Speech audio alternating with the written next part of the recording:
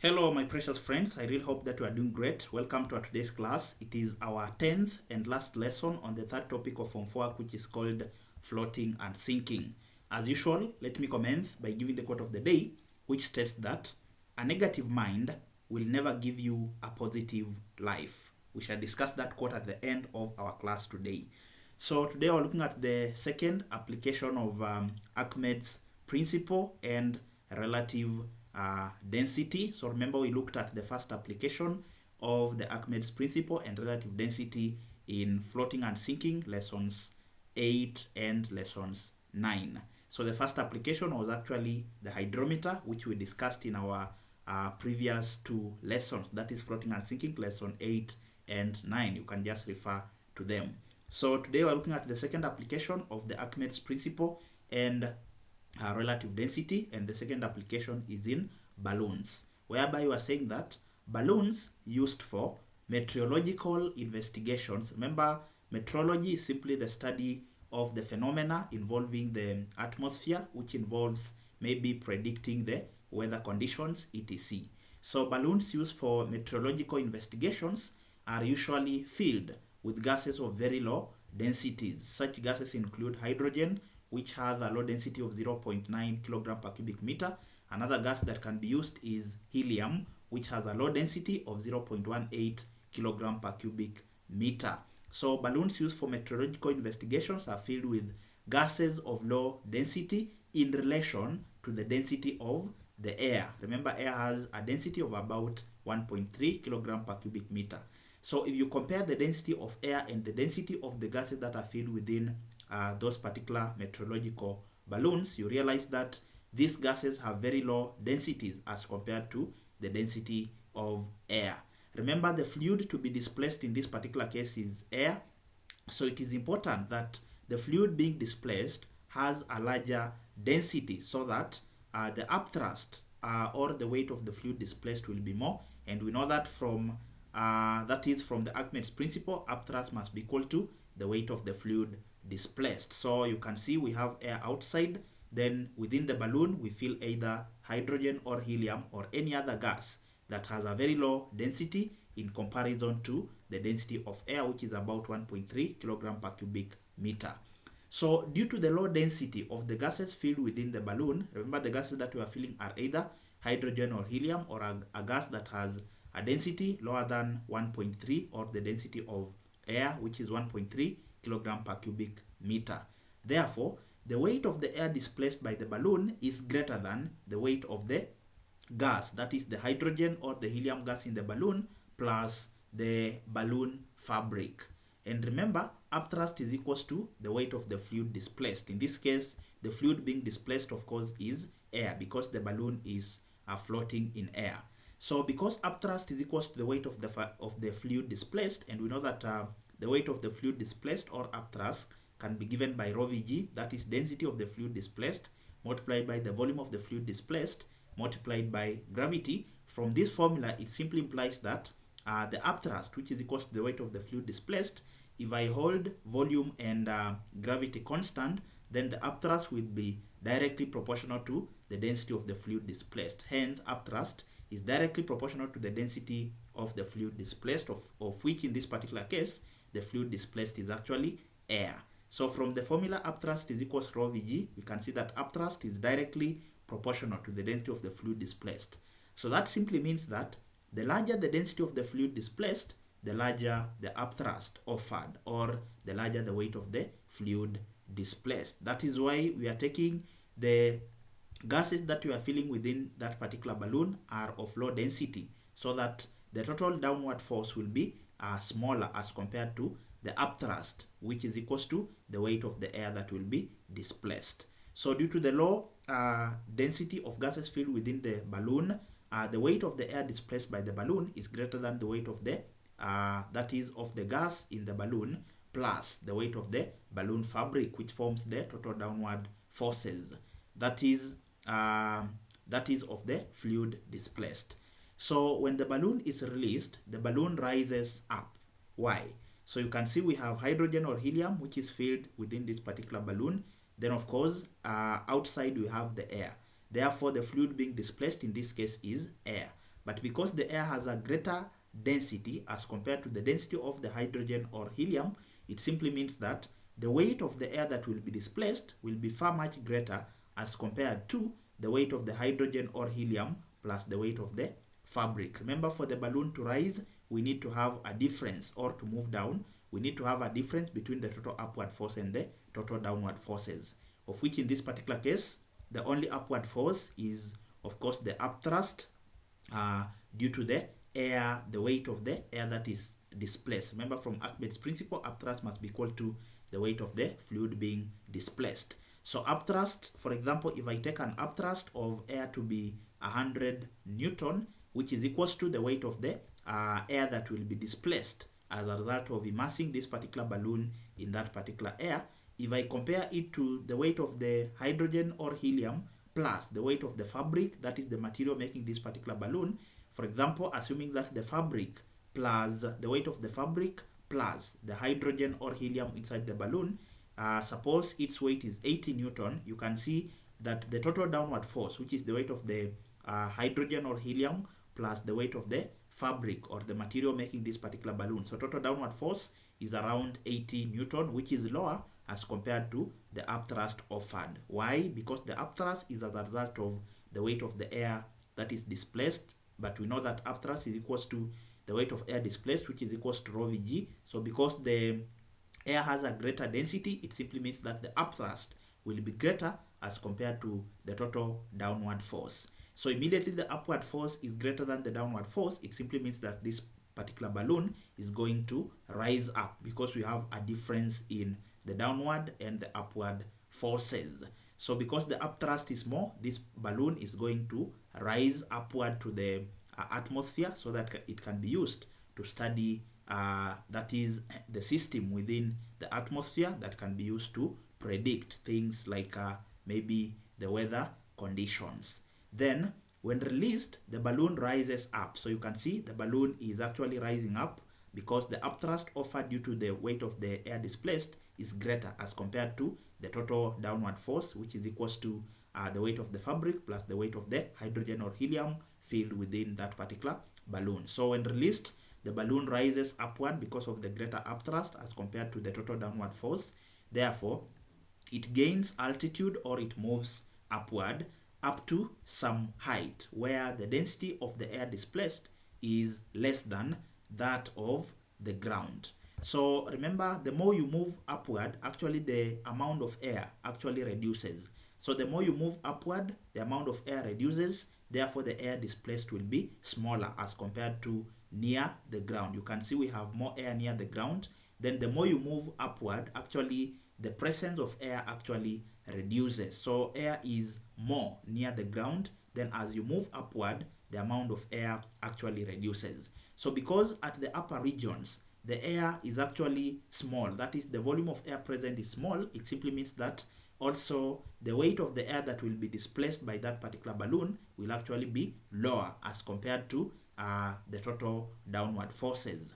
So it gains altitude and at some height where the density of the air is less than that of the ground, that is that of the air near the ground, then the upthrust on the balloon is equal to its weight. So it rises up to a region whereby the upthrust, which is equal to the weight of the air displaced, which is 80 Newton, is equal to the total downward force, which is the weight of the fabric plus the weight of the hydrogen or helium that is filled within that particular balloon. So when the upthrust of the air, or the weight of the air displaced, is equals to the total downward force, or the weight of the fabric plus the gas that is filled within that particular balloon, then at that particular point, actually the balloon stops moving upward. So at some height where the density of the air is less than that of the ground, the upthrust on the balloon is equal to the weight of the balloon plus its content. Therefore, the resultant force on the balloon becomes 0 and the balloon stops rising. So you can see that scenario here. So we are moving upward, therefore the upthrust due to the air reduces because the amount of air has also reduced the more you move upward. Therefore the upthrust reduces from 100 Newton up to 80 Newton, which is equals to the weight of the that is the weight of the hydrogen or helium plus the fabric or the material making that particular balloon. So whenever the upward force, which is the upthrust, and the total downward force, which is the weight, whenever those forces are equal, then it means the resultant force acting on the balloon will actually be 0. So resultant force is simply the difference between 80 Newton, that is the upthrust, and the downward force, and 80. So the resultant force will be 80 Newton minus 80 Newton, of course, which is 0. So in the that is when the resultant force is 0, the balloon stops rising, because it was rising because the upthrust was greater as compared to the total downward forces. So when the upthrust equal to the total downward forces, then the balloon stops rising. Therefore, it may instead drift sideways in the direction of the wind. So it can only sway to the right and to the left, but it cannot move upward or downward, because the upthrust is equals to the total downward force. So such balloons are used, that is, are risen upward, so that then of course inserted some gadgets that can be used to detect or to predict maybe weather conditions in the near future.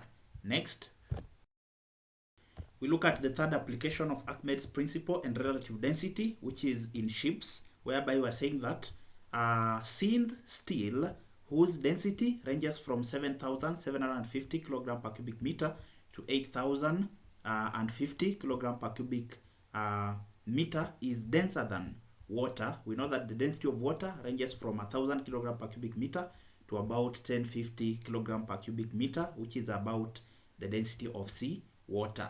So solid steel sinks in water. If you take a material made up of steel, that is a solid steel, for example, we have some spoons which are made of steel. When you place them in water, they will actually sink, because the density of steel material is larger than the density of water.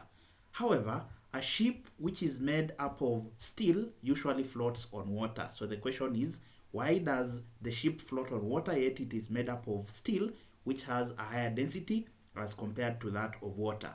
So steel floats on water, that is, the ship floats on water because the steel making the ship is usually made hollow. For example, you can see in this particular case at the lower end, it is actually made hollow so that it can displace a large volume of water. So this is because the steel making the ship is made hollow, and the volume of the water displaced is actually large. So when you make it hollow, such as this way, actually the volume of the water that will be displaced about this particular region will be very large. Now, when a large volume of water is displaced, it simply means that the weight of the water displaced will also be very large, because remember from Archimedes' principle, which stated that when a body is partially or totally immersed in a fluid, it experiences an upthrust equal to the weight of the fluid displaced. Then upthrust must be equal to the weight of the fluid displaced. Of course, the fluid being displaced in this case, of course, is the sea water. So the upthrust must be equal to the weight of the water, sea water being displaced, which is also equal to rho Vg, because we say that upthrust can be given by the density of the fluid being displaced, or the water being displaced in this case, multiplied by the volume of the water being displaced, then multiplied by gravity. So this simply means that the volume of the water displaced is directly proportional to the upthrust that will be offered by that particular fluid which is being displaced. Similarly, the weight of the fluid displaced will also be directly proportional to the upthrust, because remember from Archimedes' principle, the weight of the fluid displaced, of which in this case we are talking of the weight of the water displaced, must be equal to upthrust. So the reason why steel, that is the reason why ships which are made of steel, they float on water, yet steel has a higher density than that of water, is simply because the material or the steel making the ship is made hollow, and the volume of the water that it displaces is actually larger, as seen in this particular diagram here. So when a large volume of water is displaced, it simply means that the weight of the water displaced is also very large. And from Archimedes' principle, if the weight of the water displaced is large, it simply means that the upthrust will also be very large, because upthrust must be equal to the weight of the fluid or the water that is being displaced. Therefore, the upthrust exerted by the water on the ship is thus large, and the ship is kept floating. For example, assuming that the total weight of the material making the ship is 80 Newton, then the upthrust offered by the water that is displaced by this hollow part of the ship is actually 100 Newton, because remember the weight of the fluid displaced is equal to the upthrust. It simply means that the upthrust acting is 100 Newton while the total weight of the ship is 80 Newton.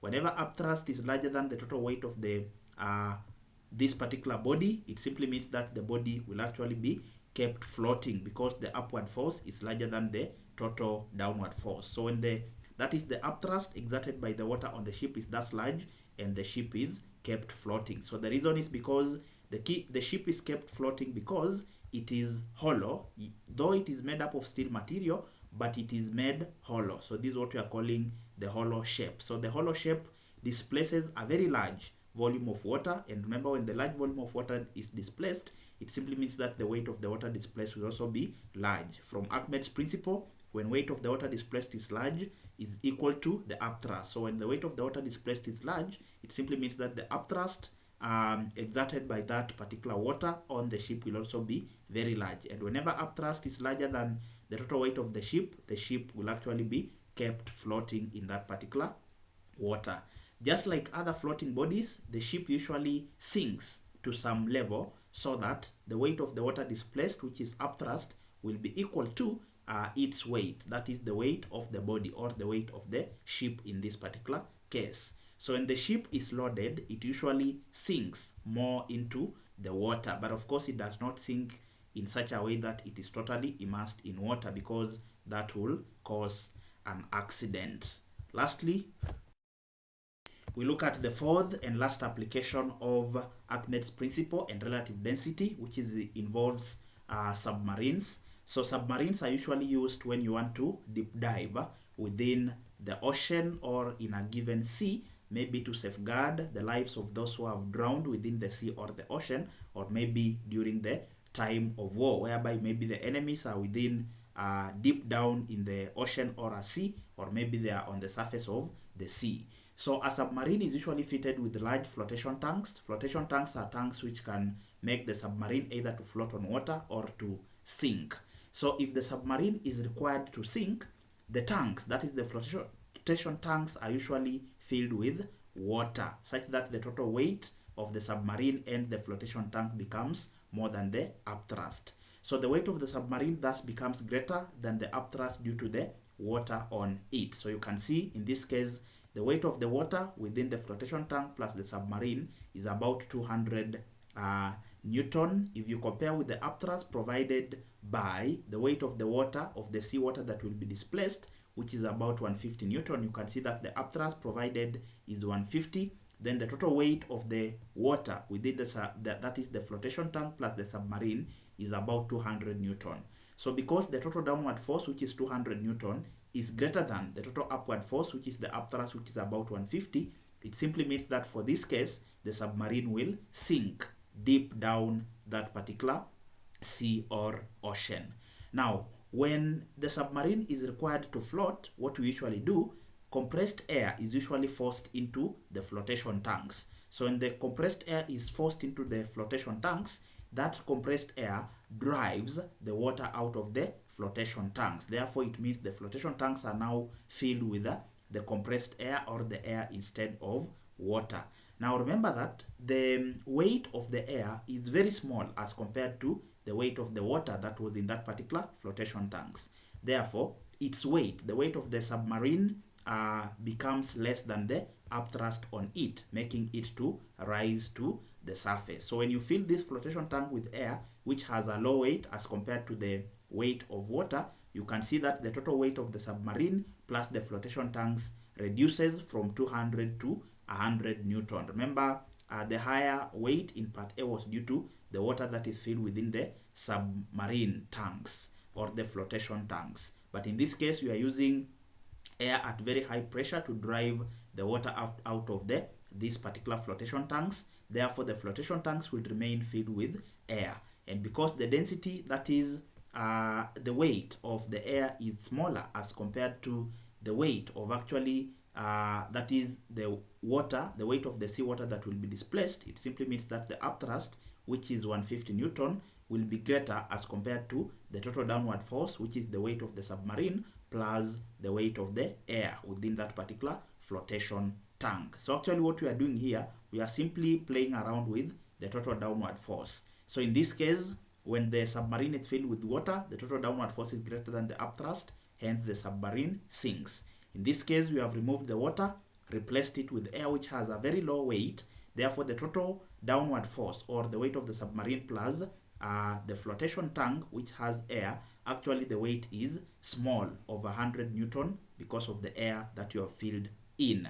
So because the upthrust, which is still great, because upthrust depends on the weight of the fluid that will be displaced, or the weight of the seawater that will be displaced. So the upthrust is larger, which is 150 Newton. The total downward force is 100 Newton. So in this case, the flotation tank will move upward because the upthrust is greater than the total downward forces. Therefore, the submarine actually floats in this case, so that whoever is operating them is able to see what is happening on the surface of the sea or the ocean. So that is how the submarines actually work. So we've come to the end of our class today, but we need to discuss the quote of the day. The quote of the day stated that a negative mind will never give you a positive life. So the quote is warning us against the effect of adopting a negative attitude towards everything we do in life. It is therefore encouraging us to always focus on the positive side of every situation and circumstances we experience in life. Remember that every moment you experience in life, it is either meant to give you a good memory or to teach you a life lesson that you needed to learn at that particular time within that season of life. And lastly, recall that in the same way, a tree rises up with new branches after overcoming a dry season, that is a season full of drought. You should also rise up and thrive after overcoming the challenges of life. Thank you very much for accompanying me until the end of this particular lesson. I do not take it for granted. In case you are new to the channel, kindly hit the subscribe button and also turn on the notification bell so that whenever I upload a new video, you'll get notified. So this was our last lesson on the third topic of Form 4, which is actually floating and sinking. So expect us to start a new topic in our next lesson. Thank you very much. Until next time, this is Kind Tuition Academy.